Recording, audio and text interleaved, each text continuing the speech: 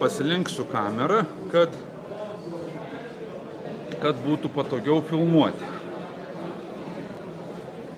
Visi, kurie pasirašot, turit išmokti maldelę. Tuoj aš dar vieną mikrofoną įsijungsiu.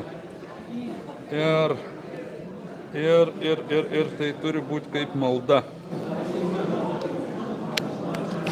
Taip, dabar jau jūs mane turit girdėti žymiai geriau.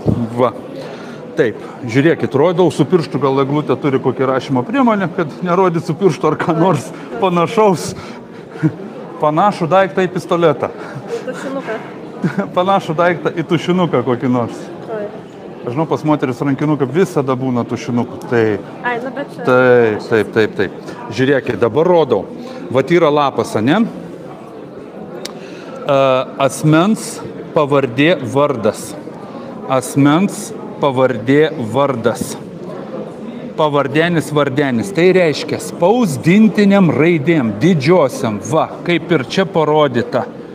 Negaliauskas vardas, va. Spausdintiniam raidėm. Pirmą pavardę turit išmokti tie, kurie mes važiuosim pas jūs rinkti parašų. Turit išmokti kaip maldą, kaip 1, 2, 3 vidury nakties atsibūdę. Pirma pavardė didžiosiam spausdintiniam raidėm, po to vardas. Po to patvirtinančio dokumento numeris arba pasas, arba tapatybės kortelė. Kiti dokumentai netinka. Absoliutiškai jokie vairuotojo pažymėjimai, pensininko pažymėjimai ir taip toliau. Pavardė, vardas didžiosiam spausdintiniam raidėm, asmens dokumento numeris, gimimo data, metai, mėnuo, diena, kaip va čia parodyta. Nuolatinė gyvenamoji vieta, tai yra jūsų registracijos vieta. Ne viešbutį, kur laikinai apsistojot, ne pas kaimynę, ne pas draugę, ne pas draugą, ne pas giminaitį. Ten, kur esat deklaruoti, įrašot savo gyvenamą vietą. Gatvė, kaimas, rajonas ir miestas, va.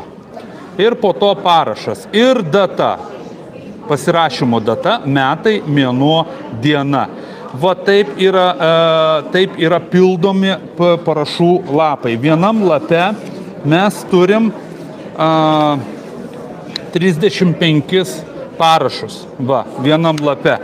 Tai va dabar čia jūs matot priekį, va tiek yra dar žmonių pasirašančių. Prie Mažvydo aš dabar nelysiu, netrukdysiu jam. Aš žinau, kaip yra be galo sunku, kada vyksta pasirašymai, o dar nori kažką pasakyti ir Eglė. Papildyti dar tiesiog, kad stenkitės neišeiti už eilučių. Jeigu, pavyzdžiui, yra ilgesnė pavardė vardas, ten būna ten iš 2 pavardžių moterų, pavyzdžiui, tai tiesiog tą eilutę skelkit į 2 dalis, taip mintyse. Viršui rašot pavardę, ar ten 2 pavardės, didžiosiam spausdintiniam raidėm ir tada apačioj vardą turit sutilpti į vieną langelį ir stengtis neišsikišti už langelio, nes gali išbrokuoti parašą paskui. Taip, ir dar kitas dalykas,